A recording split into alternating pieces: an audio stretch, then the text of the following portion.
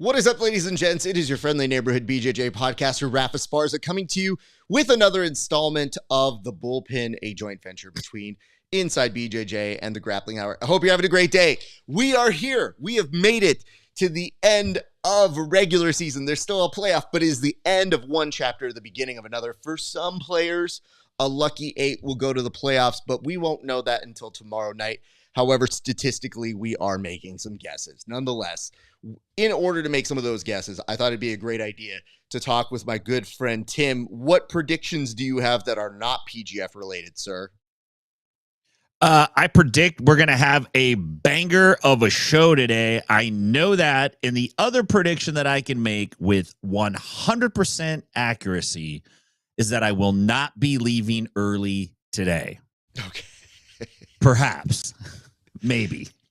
I think people have to understand there's a version of this where I can never leave early, so I can't even threaten that I would leave early. Like, oh yeah, I'll show you, Tim. Wait until I can't. Okay, well, important lessons learned. Tim, we've come so far.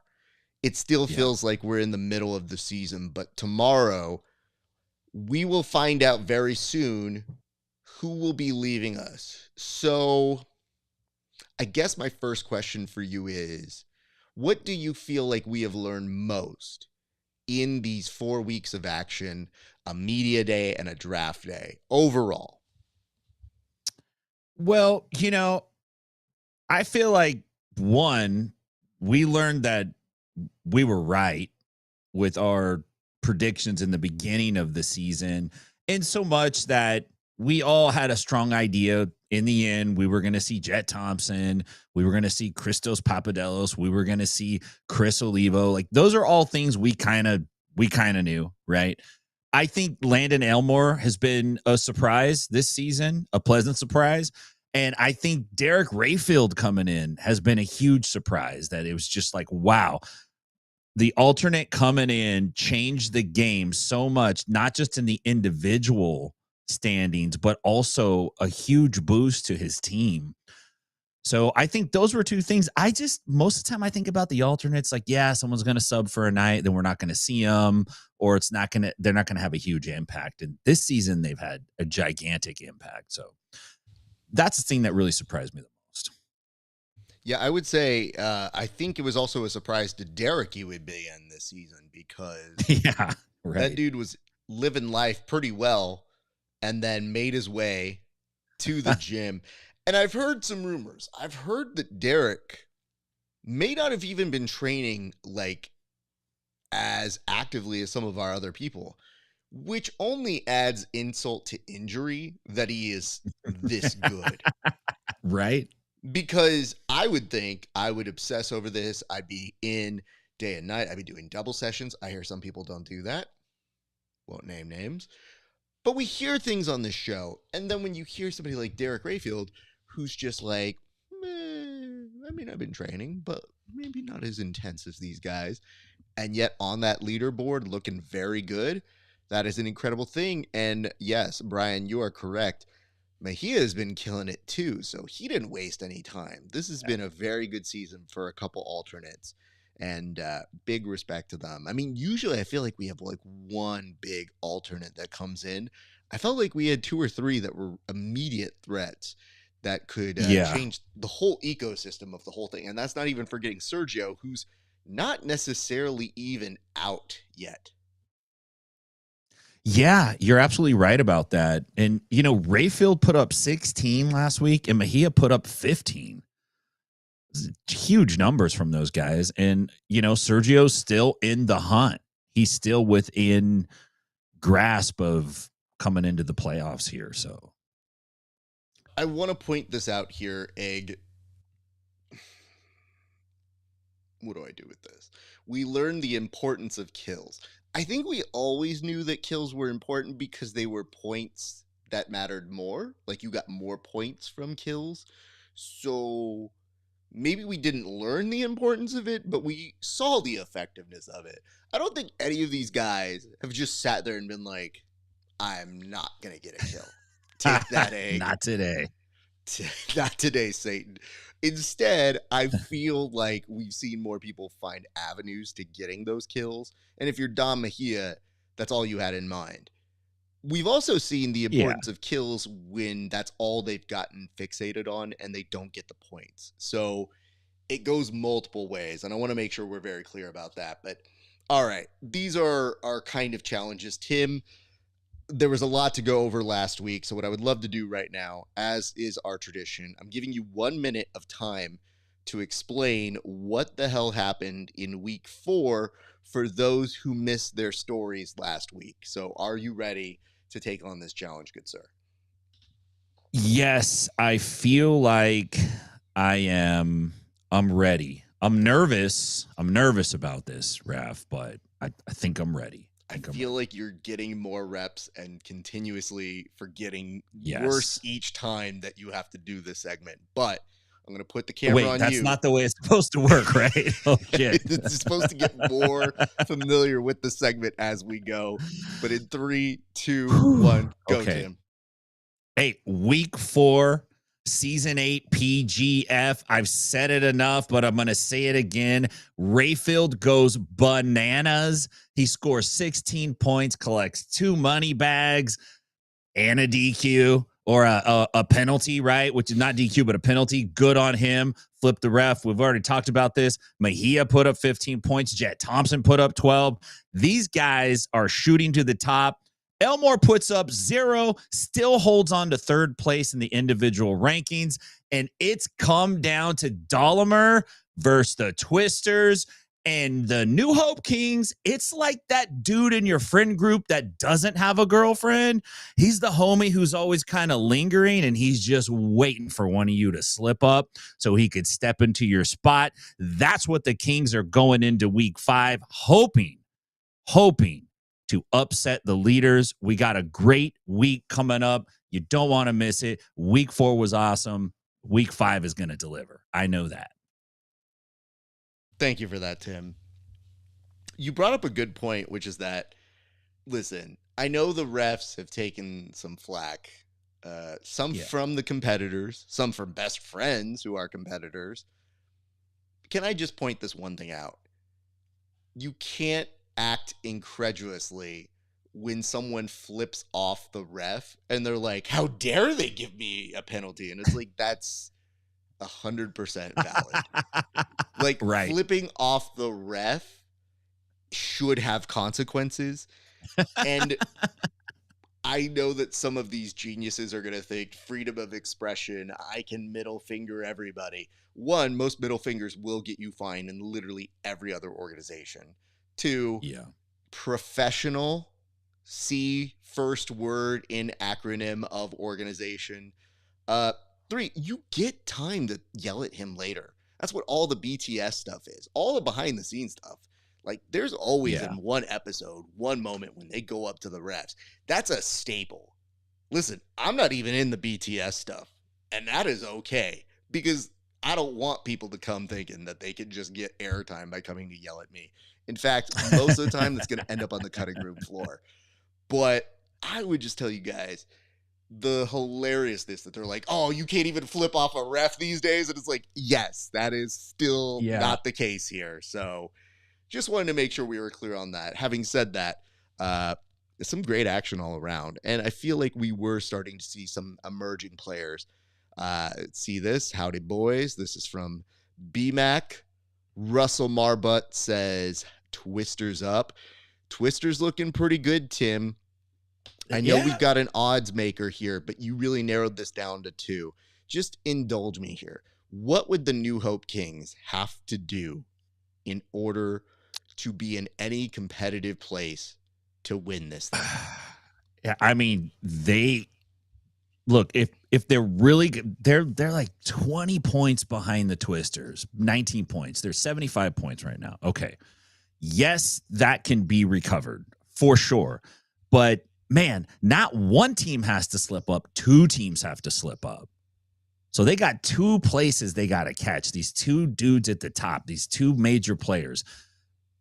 They have to come in and win a majority of their matches and put up, I hate to agree with Egg here, but they're gonna need some kills, Raph, and they're gonna need some elbow genies at the same time. They definitely can do it, but they can't throw too many draws up there. They can't take too many non-scoring matches. They're gonna have to really basically have their best week of the season. Let me just see if I can encapsulate what you and Egg are both saying here. They have to Yeah. learn the importance of kills. Yes. Is that what has to happen? So yes. So let me pull this back up here again, just so people understand why we are harping on this sentence. To me, this is the sentence that you watch an NBC procedural and the cop comes in and says the most obviously thing possible. Like, looks like there's been a murder here. Body on the floor, blood. Yes, you are correct, sir. Glad we established that. So I saw this. Who's the odds maker? Moses. I have no clue. And I'm not sure they should tell me, because I don't know if we're going to dox that person, but I am fascinated by a few of these odds. Yeah. Certainly. But again, grappling's hard to put numbers on right now. It says week 5 feels like the Thursday of the 1 week format. Yes, correct. It does. And I feel like we start learning things about these guys in a way that makes us think, oh, well, we're going to separate the men from the boys, all that sort of stuff, all those other cliches. But to me, the real meat and potatoes is how much are these guys going to extra push? Because there's going to be a handful of guys who can make the difference for their team and who will be pushing to give their team a win, who are also eyeing the playoffs. So let's see this. And I love this. BMAC, there's just an exclamation mark. Are you happy to see him, or was that your guess? Like, did you take a stab in the wind? They're like, who's the odds maker? BMAC. Or is it just, hey, BMAC, you're in the chat. I didn't know that. And it says, I think it was their hearts. I love BMAC. Them. Oh, he jumped in with a bless their heart. Yeah, man. Little Southern twist there. Okay. There's a lot of different reads I had to do on these, so I'm not quite sure, but that's the Southernest thing I can tell you anybody out there is saying. Tim, let's move on to our next topic here, which is that of news. As we advance the board, we do have some news to report. Now, we were waiting very patiently to get some information, and boy, did we get some. Tim, I'm going to put some more time on this clock, but I think you might need the full 3 minutes that we normally do to go over exactly what we should be prepared to see happen, because I'm not sure people have looked at Smooth Comp lately to see what might have changed. Well, I'm going off the latest information that we had, and I think we have the same info here, but some pretty big changes, right? And I think they're impactful changes, especially to the team standings. Having said that, it does help the New Hope Kings potentially. All right. So Chris Olivo is going to be out this week, it looks like, right? So we shouldn't expect to see him on the Twisters. The Twisters are down by 3 points behind Olimer. So they really need a major contributor like Olivo, but he's going to be out. He's being replaced by with Mike Wacker, who is Matt Mash's coach. And then we've also got word that Spencer Ortiz is out with a minor injury, and he's going to be replaced by Andrew DeGraff, who is teammates of Christos and Landon. And I think really sad to say, because I really feel like this guy did a nice job this season and kind of did a good job of standing out enough to make people remember who he is, but also did some really cool jiu-jitsu at the same time, and that is Anthony Gojani. So it looks like he's going to be out. He's being replaced by Douglas Josue. Looks like a Drysdale guy. So, Gojani was on the bubble, and I think, Raph, you tell me, but I mean, I think he's out now, right? I think how does he stay in the playoffs at this point? I don't think that happens. So some pretty impactful changes. I'm really curious to see how the Twisters perform on week 5. I would like to have been privy to that conversation between the coaches and the athletes and the new owners. So interesting stuff there, my man. You would be correct. So, in my assumption here, Gojani is essentially foregoing his shot at the playoffs. So, Dang. it begs the question, how injured is he? And has he been battling this injury throughout the season? Because, as you mentioned, right on the cusp. It's heartbreaking because, again, our guys thought, oh, well, an extra week, we can do this. A week in between sessions, no problem. We'll be just, and I'm held together with tape and glue sticks still. So, Yeah.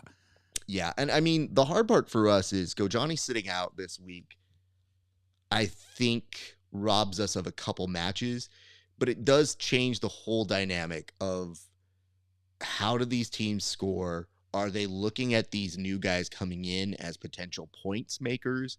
Are they looking at them as easy gets? So I don't know. And Moses, before I move on, there is no apologies needed. You were being very sweet and Southern. I cannot hate any of this.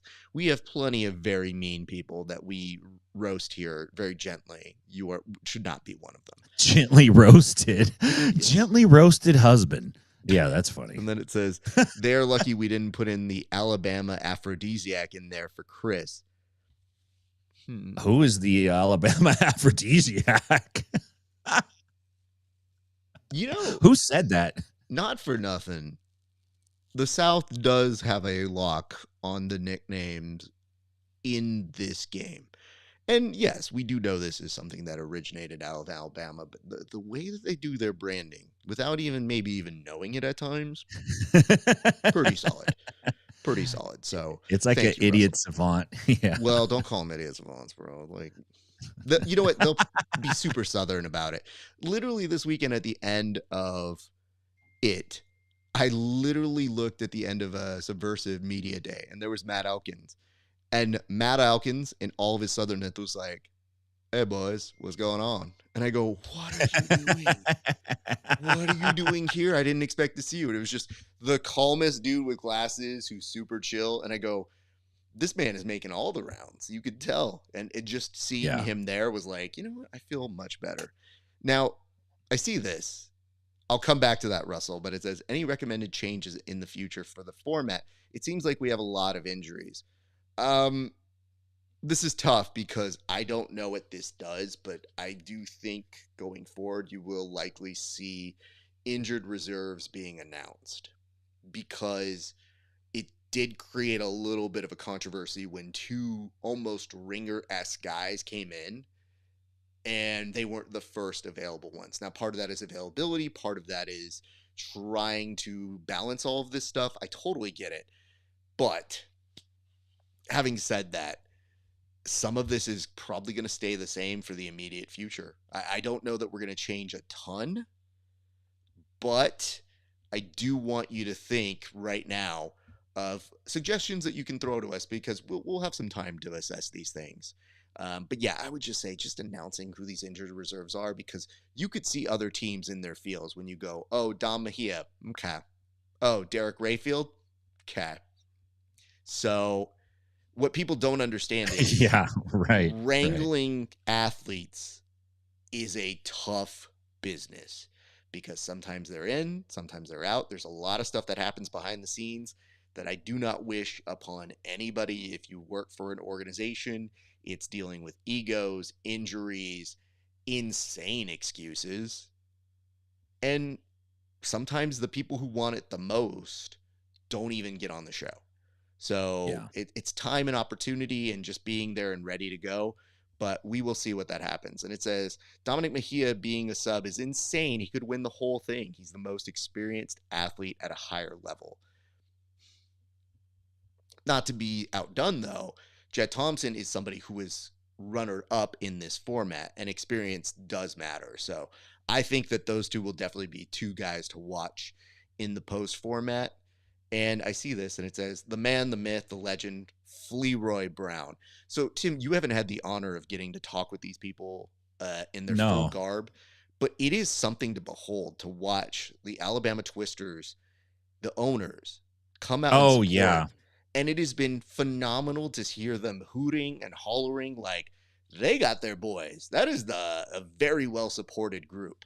So when you get out here, by the way, breaking news, Yeah. Tim will be out here for the playoffs. So Yes. he is going to join me and we will have live presentations of our show out there as per usual. And we could not be more excited to have you, Tim. Yeah, I thank you. I'm very excited to get back out there as well. The Alabama Twisters ownership group, basically a bunch of jiu-jitsu guys, right? Like Yeah. jiu-jitsu heads. Okay. Yeah, I've noticed they are very adorned. I don't think those guys dress that way every day. Maybe Baby Thor. Elkins might. But listen, the rest of those guys, I don't think so, man. I've seen a lot of Southern dudes, and they're unless they're like trying to be Zach Brown band or something, they're just like chilling, you know. But I'm really happy for what they're doing. It's awesome that they came in with such a huge bang, too. Like, what a great story for them. It's just so fun to watch them there, and they are a very lively audience. So I think it's a good mix because, sometimes the worry when you have only VIPs is VIPs will be like, ooh, good job. Like you get nervous about that. Yeah. Nah, Bama boys Yeah. were 100% down for the cause. So I would tell you guys, if you like seeing rowdy crowds, invite you some Alabama boys, but get some real stakes in the game, make them owners, and see how that changes. Tim, with all that being said, I think it's time to start previewing some of these matches. This has become the segment let's go. where we start telling people what they can expect in week 5. All right.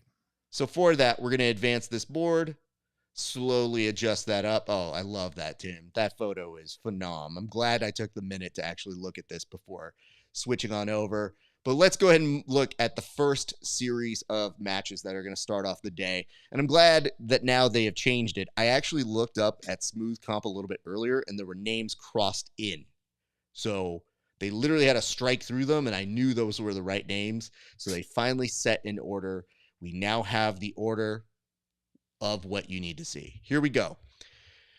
Week 5 starts off with the following 5 matches first. Landon Elmore, J.J. Bowers, Derek Rayfield, John Chandler, Christos Papadelos, Jonathan Wilson, a.k.a. Officer Grimy, Mike John, C.J. Murdoch, and Andrew DeGraff versus Zach Schneider. Tim, from here, what is your match to keep eyes on? I am looking at Landon Elmore, J.J. Bowers. Specifically, Elmore put a big 0 up on the board last week. And Bowers had a rough night, and he's still kind of salty about the did he slam or did he not slam issue. And, there's a lot of things he has to prove or he wants to prove, I think. So I'm calling that one. I'm glad you went that way because it's not just him. He actually got his dad in on the proceedings. So Mr. Pops Bowers himself is also getting involved in on it. And it's kind of weird when he starts bringing up the rule book. And I can hear his case. But Tim, if only there was a higher court that they could take this to. Something of the most importance. Perhaps during the off weeks, you might see the reemergence of a bullpen favorite, bullpen court, where we can take this matter. So, JJ, here's our challenge for you. Would you like to defend yourself in a court of law? Now, granted, it will not overturn anything, and even if it did, you wouldn't, like, the points wouldn't help. You know what I mean? But now it's a matter of pride and principle. So, JJ Bowers, our challenge to you. Would you like to defend yourself on bullpen court? You can reach me in the DMs as you do when you try to yell at me on a regular occasion. So there is that. And I do see some lively folks in the chat here, Tim. I want to bring some attention to a few of them. Yeah. But why don't we go ahead and look at a few of these notes? I see this from Russell Marbutt that says, we are gym owners and athletes. We really do this. No, I mean, listen, dude, you're talking to 2 dudes who wear suit jackets but are also doing this too. Yeah, I get you, Russell. I'm not throwing shade on you, my man. I think it's awesome what you guys are doing. I also am a gym owner, and I Ooh. also am an ex-athlete. and and I also really do this. I feel you, my man. I'm on your side, brother.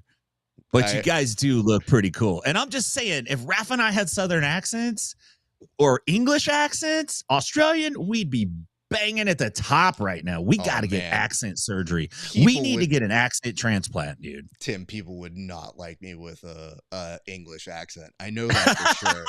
Just the demeanor I have and sometimes the comments I can make. I think you give me an English accent, I think this show doesn't go on anymore. You turn into Alfred. Talk about the bitchiest one-liners anybody's ever heard.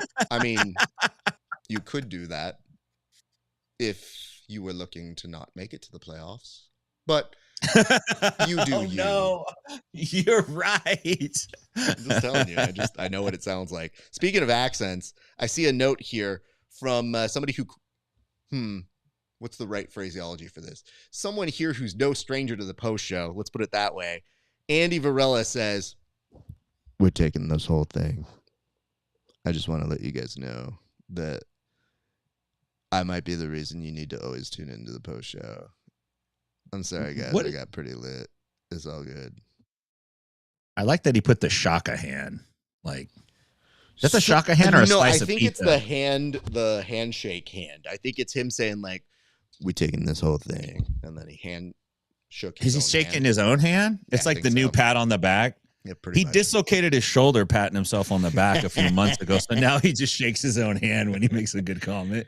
Hey, better that injury than that dude hobbling the wrong way onto the post show.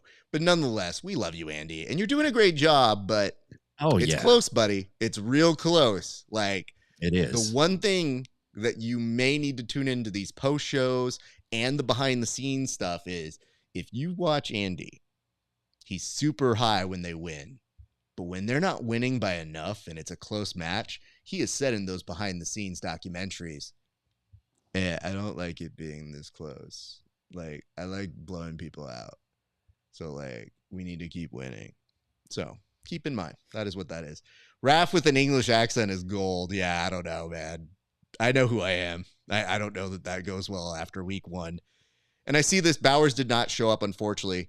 Rough outing. I mean, he's had fun matches, but I don't know that he will be worth the 7,700 that he was drafted for.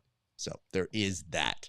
So let me give you the one I want you to keep tabs on for this week. This one's tough because Derek and John is kind of a banger match of just two workhorses. Landon Elmore, JJ, interesting. But I got to go Mike John and CJ Murdoch. Those are workhorses. And Mike John always has an outside in. CJ Murdoch last week was talking about it and says that he still believes there's a way to get in there. And statistically, sure, there is. But I will tell you, if he does not win this match, he will effectively be eliminated from playoff contention. So what I would tell you is this, CJ. You have had a great resume of matches. Just end strong, brother. Like, literally go out there and make it a showcase because you haven't had bad matches.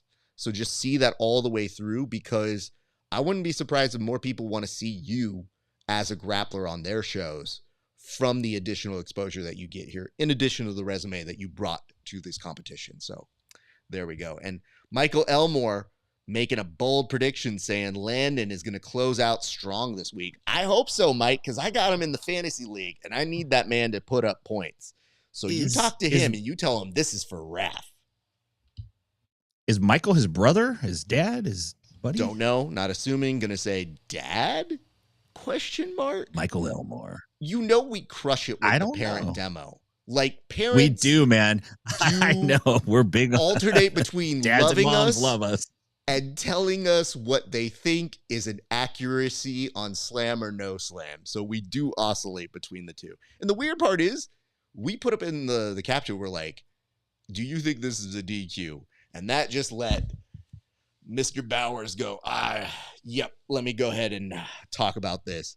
We did get an answer. Michael Elmore says, yes, Dad. So love to Dad. see it. Thank you very much, Dad. Mr. Elmore. You've Hey, raised. these grappling dads are not messing around, No, dude. man. I want to No. see a dad's turn. I was about to say the same thing. Let's get some dads going in this. Let's go, man. It's going to be the playoffs in between matches. So that's what we're going to do next time. We could sponsor it by like Rolaids and, stuff like that. Oh, Egg. Don't bring, like, I said it as a thing to consider, but somehow you saying it brought down the collective mood.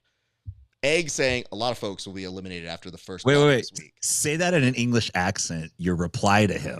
Got it. Okay. My reply to him or what he posted? Your reply to him. I want to hear your English response. Oh, what fascinating analysis you have there, Egg. A lot of people will be eliminated after the first block this week. Stunning. Smashing as always. Keep up the good work. It was the will be eliminated.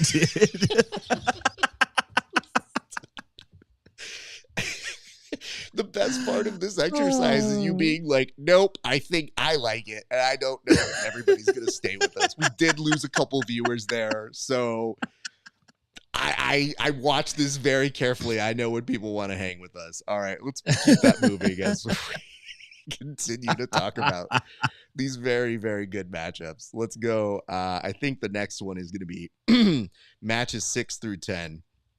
So the matches 6 through 10, equally as fun and with huge implications. We go with Matt Mash, Dom Lobo, Michael Wacker, Jet Thompson against one another.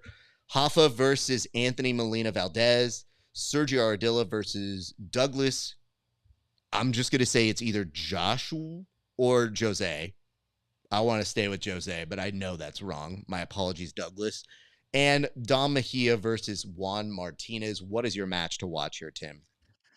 I am going to go with Sergio Ardilla and Douglas. I'm going to call him Josue because that's just, I don't know. Josue is good. I like that one as well. I didn't know where to go. I'm not sure either. But look, two things. Sergio he's in the hunt still, and he wants to put points up on the board. Douglas is getting a shot, right? It sounds like he's perhaps like knows Drysdale, a student, friend, some kind of connection to him. He's getting a shot, man. So he's going to get out there and get after it. So definitely want to see that. So I think that'll be dope. Okay. For me on this one, I really do think that I want to see the debut of Mike Wacker because he is Matt Mash's coach. I'm intrigued to see how he does. And him versus Jet Thompson is a tall order of business to start the day off. So, yeah, we'll see. And I mean, listen, dude, Mike was there coaching very, very intensely his man. And you know what was great about it was Matt Mash was responding so well to it. Like, he could hear his coach. He could pick it out, a needle in a haystack. It was really good to watch. So I am intrigued to see how those two work together because you will hear them coaching each other no matter what. All right, let's move on to our next block here, Tim. This is going to be our the 11 through 15 block. So the 11 through the 15 block up here right now for you guys. All right, Tim, what is the one you want to have eyes on? This is a little bit of a tougher one for me to kind of sort out, and I don't want to call out the same dudes all the time. But I'm interested in seeing Zach Schneider and Hoffa Ferreira because I think Hoffa's he's got to be on the bubble, right? What's the bubble watch on him? Yeah, he's bubble watch. He's bubble watch, right? Yeah, so he's bubbling out right now, and he needs a win to get it right. And I think Schneider is not super high on the board at this point. Didn't Schneider have to sit out a couple weeks? Schneider did have to sit out last week. He's coming back strong. He could still maybe potentially sneak in there. It's difficult, and we'll get to a little bit more of what Schneider has ahead of him, but it's possible. It is possible. So and he's a very proud man. So, he's going to want to go out there and get a win. So I'm looking forward to seeing kind of how that shakes out. That'd be my match in that. I'm with that you. slot. Zach and Hoffa is a really, really good match. I'm going to put some respect here on JJ Bowers and Sergio Ardilla. I feel like JJ and Sergio both have something to prove here, and both have implications. Sergio's eyeing that. Like, he's looking at trying to stay there. And JJ might want to try and make an end statement. We talked about being stoppers and realizing your power in that you and your team might be statistically eliminated, but you could still make an impact on the season. So keep that in mind as we kind of watch that one play out. Tim, with that, let's move forward and advance one more time to, I think these are going to be matches 16 through 20. So 16 through 20 here. You're going to be coming up on Landon Elmore versus Dom Lobo, Derek Rayfield versus Jet Thompson, Christos Papadopoulos versus Juan Martinez, Mike John versus Douglas. You got Andrew DeGaff versus Anthony Molina Valdez. What are you looking at here, sir? There's only, look, no disrespect to the other guys, but there's only one match in this chunk of matches that jumps out in a major way, and that's Derek Rayfield, Jet Thompson, both guys fighting their way to the top of the leaderboard, super active, super aggressive, super strong. Both can be pretty, like, they're not going to back down from nobody. So I think that this is going to be a real great matchup to watch. Good call. On this one, I mean, it's a battle of some big boys. Derek Rayfield, Jet Thompson, man. Like, man, I'm nervous about that one. I don't know that Jet has an easy day. And what if Derek pulls off a huge upset here? Like, we've seen him do some miraculous things. And those two guys do not belong in the 155 division. Let's just be clear. It's obscene. You can see this in 170 and 185. I guarantee you that. Do you think it's an upset if Rayfield beats Thompson? Yes. I think it would be. Yeah, you think so? I think so for this reason. Derek has more of the underdog spirit despite having a quite good run here. And I still feel like despite points being what they are, I want people to start thinking like this. If you think Jet isn't getting enough points, tell me how you think he's going to do in the playoffs. Because now it's a sub-only category, but it's EBI overtime. I think there he probably has a stronger shot, and with it just on him and not having to worry about the rest of his teammates, maybe you see the Jet of old. I don't know. Maybe this just isn't his tournament. It's hard to say, but I would say don't count him out.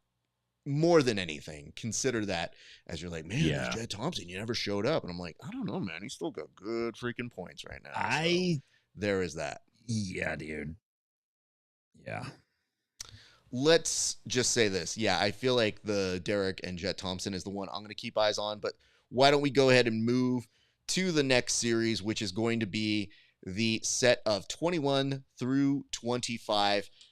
The next set of matches are Jet Thompson, Zach Schneider, Anthony Molina Valdez, CJ Murdoch, Douglas versus Officer Grimy, Juan Martinez versus JJ Bowers, Dom Lobo versus John Chandler. Your thoughts, sir? I am going to give some love here to match 23, Douglas Josue and Jonathan Wilson. I mean, Officer Grimy, was his first week 4, or did he jump in at all in week 3?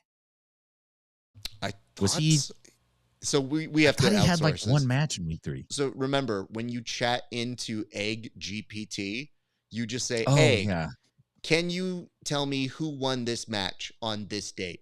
And the results will come. Now, granted, you have to feed it a little bit more than you do like actual chat GPT.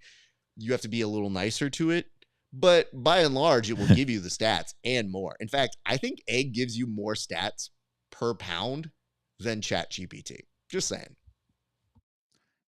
Yeah, I don't think he competed on week 3. I'm not positive, but I want to see these two guys get after it. They're both two guys that came in as subs. And, you know, all the other names get a lot of love, and we're always talking about them, good or bad, right? Sometimes these guys just kind of fly under the radar. So that's my pick. Keep your eye on Douglas Josue and Jonathan Wilson. Yes. Okay, great. You know, it's hard because I'm just thinking of playoffs. So I think the Zach Schneider, Jet Thompson is one to look at. Now that we're so firmly looking at playoffs and team evaluations, you essentially have two people who the teams don't matter here on this one, but the points do. So Zach, if he gets blocked here, that's devastating. For Jet Thompson, it's now seeding and likely keeping his spot, but he does look like he's there. It's just nobody is secure in their spot right now. So you really want to try and get points on the board. And I wonder if we see that Aoki lock come back in, because Jet Thompson was a beast at getting those Aokis for a long period of time. I wonder if he goes back to doing that. And it says, oh no. Hold on, Andy Barra. I've been obliterated and now you competed week 3. Come on, man. Andy, can I point this out to you? It is easy to do one job and just know, I know he competed, but Tim and I do more than this. So, like, we've ingested, highlighted, talked about it. There's a lot more that goes into this, my man. I wish I could drink on the job. Actually, you know what? Maybe that's what makes you better. Maybe that's why the memory gets triggered in. Thank you, Open Bar. Anyway, thank you for your help, Andy GBT. Appreciate you, brother. But yes, Tim, as you were asking a question, if you have any more to add on that, I'll go to mine. No, I'm just gonna say this. Oh, well, never mind. I'm not gonna say it because I realize I have an outdated stat sheet. I'm just gonna be quiet before Egg loses his freaking mind. Hold on. Nope, he's still going. Grammy, yes, there is some more facts here. It just says Grammy came in for Zach Schneider after a block 1 of week 3 when Mash was heel hook Schneider, and he heel hooked Schneider. So that was exactly what happened there. Great. That is facts. Thank you for jogging our memory. But I would tell you this. If you're looking at that one, yeah, Jet Thompson, Zach Schneider, that's got a lot riding on it. So there is that.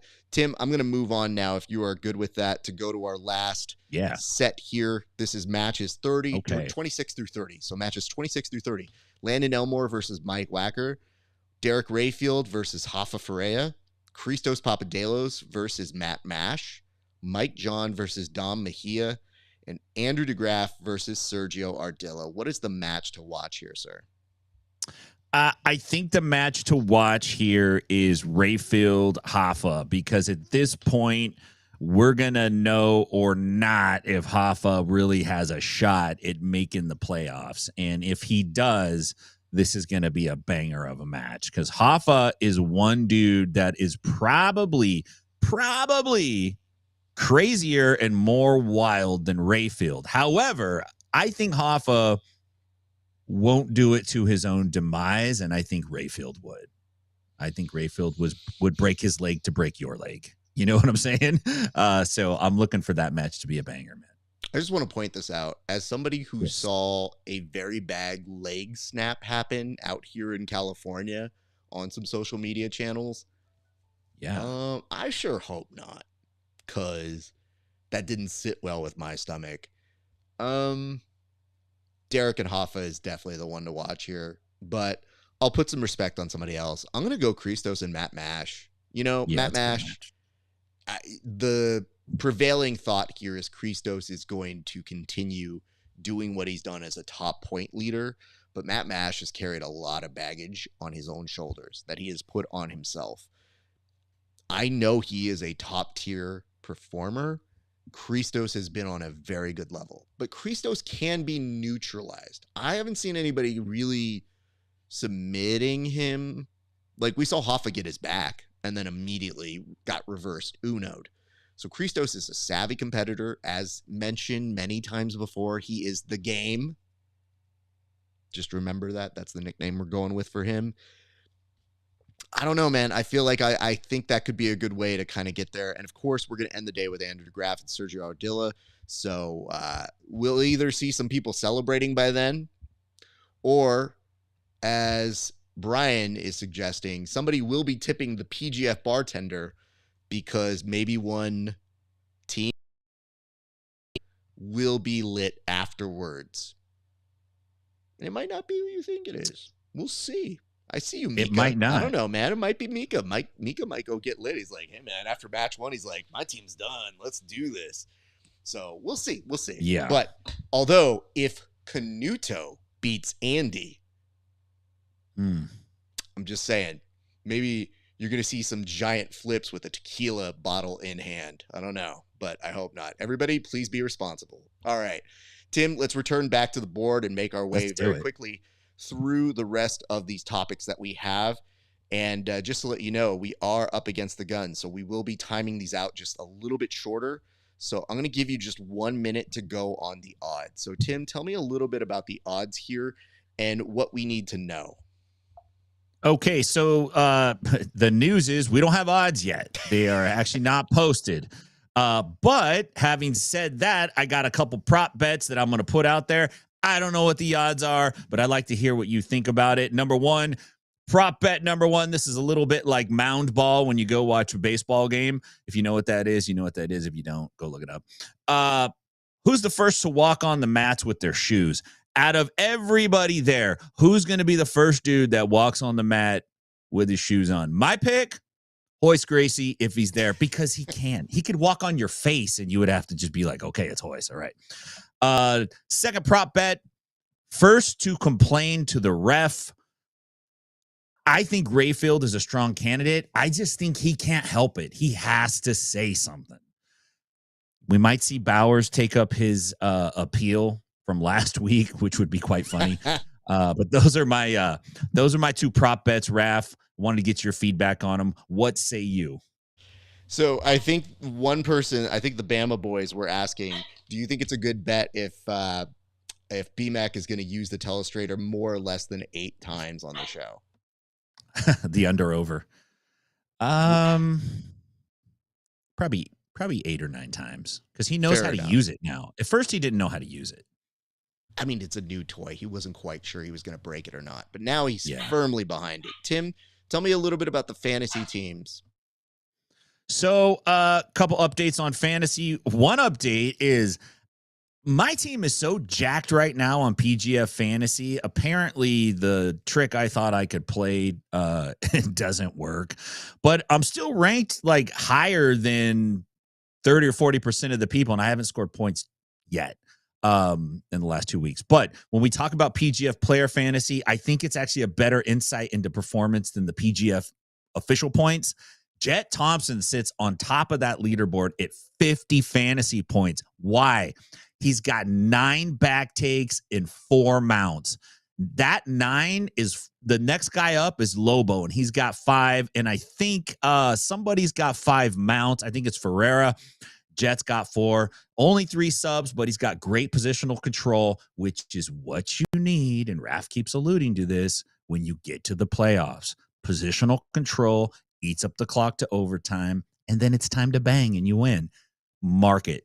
That's what I got for you. Those are my that's fantasy right now. Olivo's up high, Mejia. Same players, man. Squad wise, dude, I'm tanking. I don't know where Egg is. He's the blue belt.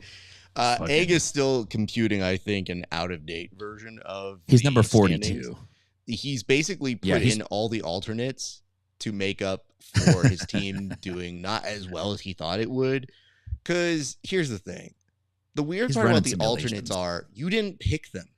So, like, what did you do? You just slid them in. So even worse than the PGF itself, where at least the teams got a chance to pick them, and maybe the others are slimy and not happy about that. Yeah, okay, that's fine. But when they just literally like, well, naturally, my guy went out, so of course, Sergio Ardilla and Dom Mejia go to me. And you're like, yeah, right. No, thank you, sir. So we're going to have a discussion about that a little bit later. But why don't we get now into some predictions? So, Tim, with this, I'm feeling you want to try and figure out a way to predict what is going to happen. So tell us, who's going to go all the way, and who do we want to designate as the official bubble boy of the PGF right now, sir? Oh, that's a good one. Okay, bubble boy. Well, here's the names on the bubble. We got Valdez with 23, Lobo with 21, Hoffa with 21, Mash 18, Gojani's out, Ardilla's got 13, Snyder's got 10. I'm going to say it's going to be Dom Lobo. I think he's bubble boy. I think that $1,000 bare minimum, payout that he got just kind of being defaulted to, I think that salted him up quite a bit, man. And I'm looking for him to be bubble boy. That's my prediction.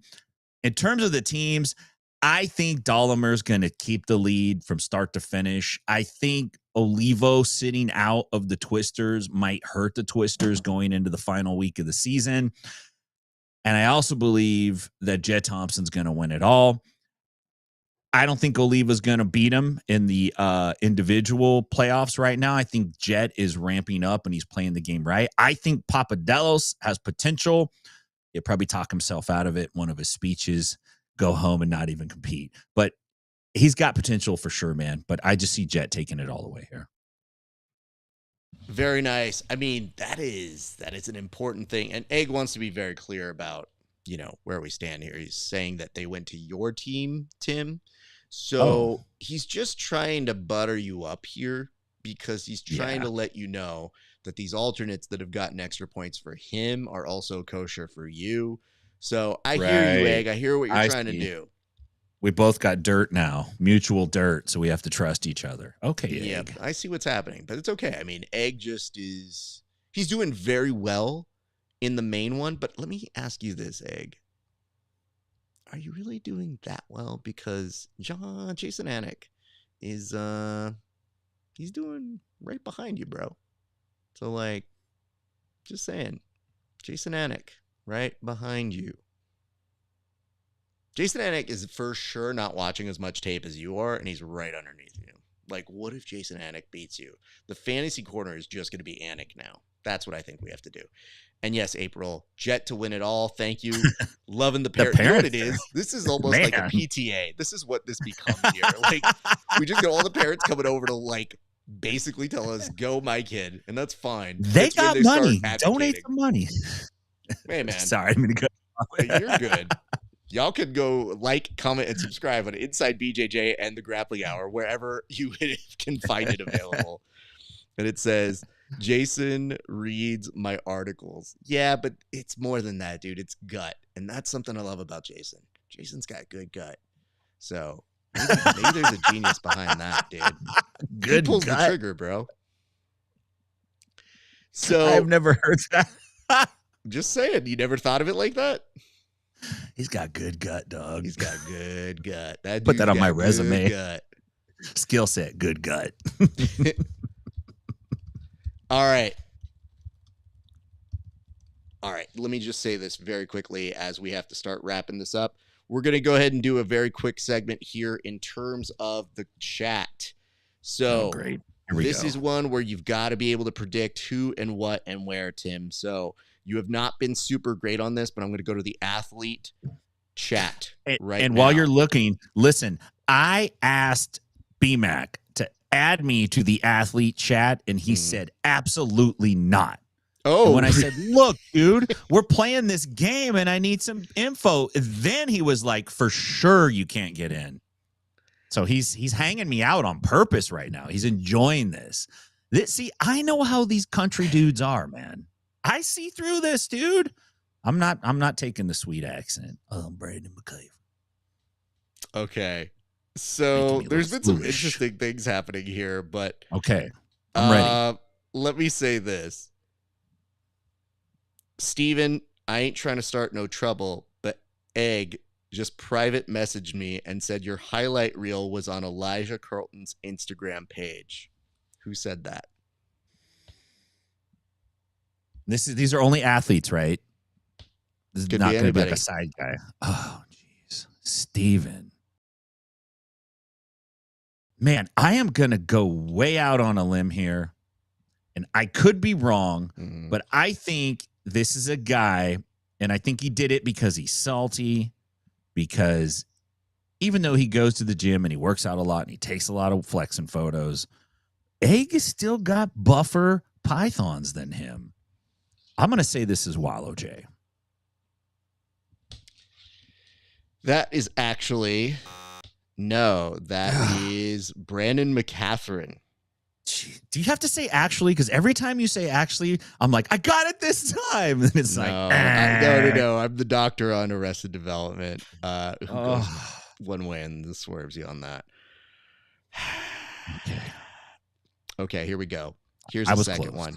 It's really disheartening knowing that this guy can now vote and it's worth as much as mine. They let illegals vote now. Who said it? Mm-hmm. Who said it? The game has not changed in the many times we have done this, Tim. Okay. I'm gonna put, because I think this is something sensational that this guy would say. I think, and he doesn't care because he's not competing this week. I think it's Anthony Gojani. Tim, you are correct. Oh my God. That is the first time you've been correct. I want to announce my retirement from this game. I am officially retired. I'm going out on top at this point. I will say this. I don't think that's how that works. You got to do one more. So I really do appreciate that. I don't know what happened here, but here we go. I mean, that Raph is Mexican, so it's not too far off. Okay. Now, if I get this right, can we say I have good gut? You have good gut if that is the case. Okay. Can you just read it one more time? I'm sorry. Just one more time. Just one more time. I mean, that Raph is Mexican, so it's not too far off. That Raph is Mexican, so it's not too far off. That Raph. Okay, this is somebody that knows you. I'm going to say this is Christos Papadelos. Actually, it was Dom Mejia. Dom Mejia was in there. Bad gut. Oh. I was close to getting good gut, dog. Dang it. Dude, these are tricky. So here's what I want to say to you, Tim. I know you wanted to walk off with a home run. I did. But unfortunately, there is that. So why don't we do this? Why don't we let us plug where the people can find us, sir? So I'm going to go ahead and put the camera on you. Tell the people where they can find you. You can find me at Inside BJJ on your favorite social media. If you are out in Nashville, come see me at 10th Planet Nashville. If you're out in Stockton, go see my other school out at 10th Planet Stockton. If you're going to be in Vegas next week for the PGF, come by and say what's up. I'm stoked to be there. Can't wait, Raph. Great show. The PGF is going to be a banger for week 5, so don't take your eyes off of it. It's going to be great stuff. I see a note here from Egg, and I'm going to read it. I'm going to let you know how absurd it is, because this is what exactly I said. Bullpen draft standings, Egghead won with 140, Tim with 92, Raph with 79, and Steven with 60.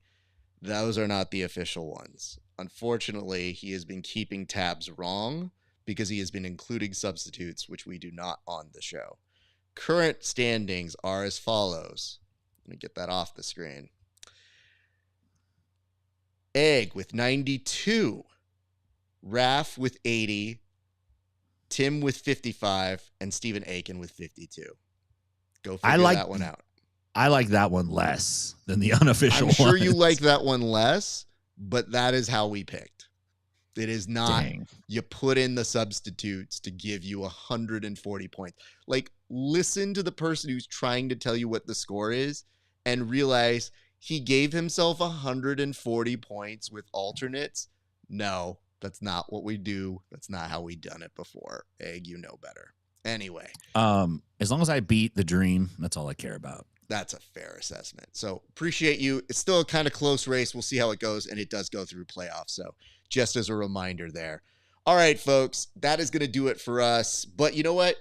I think we should throw it to somebody right now. So I'm going to do this. I'm going to say, why don't we go to the most dependable person that we can go to and let them take over some coverage right now, is what I would say if I ended the show. But tomorrow, you know that. Anyway, I love that Egg says, either way, I'm on top. Yeah, Egg's just looking for any way possible. Egg is looking at a genie right now. He is asking for extra credit points. He's wondering if he does more research and writes an essay, if he can be given 10 points. I get it. So we'll see. We'll see. It's close and it's a fun race. But Egg, in no world do I say 140 points from your bullshit swiping in of just grabbing the alternate. Like, this is why people say that you are the one that actually cheats. Not that other people collude. It might be you, Egg. You might be the problem and the cause. And then he follows up with the tender tagline, either way, I'm on top. I know. All right, friends. Here's what I'm going to say. Thank you so much for watching. We appreciate you guys. We love you guys. Check us out inside BJJ and on the Grappling Hour. Be sure to like, comment, and subscribe. And don't go anywhere. Tomorrow night, we have more action. We'll have a post show. We'll bring it all back together. We got lots and lots of show for you guys. So don't go anywhere. My appreciation. Make sure to give us some love wherever you're watching this and tell the people that you love it. And just as a nice reminder, when the show is done, post show, post show, post show, post show, post show, post show. You want to be there. You don't know if somebody's going to get super drunk. I think we all know who it's going to be, but like, you don't know if anybody else is joining them. So just saying. And anyway, thanks you guys. It's been a great day for grappling. We'll see you back on the mats.